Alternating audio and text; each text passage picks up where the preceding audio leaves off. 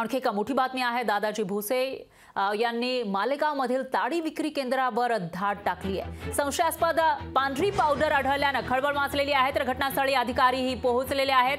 पालकमंत्री दादा भुसे हे मोसम नदीवरील कामांची पाहणी करत होते आणि त्यावेळेला मोसम पूल नदीकिनारी जवळ ताडी विक्री केंद्र होतं आणि मोठी गर्दी असल्याने मंत्री भुसे यांनी स्वतः या ताडी केंद्रावर अचानक धाड टाकली, त्यामुळे एकच पळापळ झाली। तर परवानाधारक असलेल्या या ताडी केंद्रामध्ये संशयास्पदरित्या पांढरी पावडर आढळली, त्यामुळे एकच खळबळ माजली आहे। या ताडी केंद्राबाहेर बऱ्याच प्रमाणामध्ये गर्दी होत असल्याने याचा शेजारील नागरिकांना नेहमी त्रास होत असतो, त्यामुळे स्थानिक पोलिसांनीही या ताडी मालकाला तंबी दिली होती। आता या प्रकरणाची पोलिसांनी दखल घेतलेली आहे, तर इथल्या ताडीचे पांढऱ्या पावडरचे नमुने घेतलेले आहेत आणि ते टेस्टिंगसाठी प्रयोगशाळेत पाठवलेले आहेत।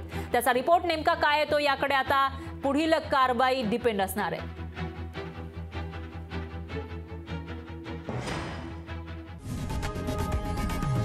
लोकशाही मराठी ऐका, पहा, जागरूक रहा।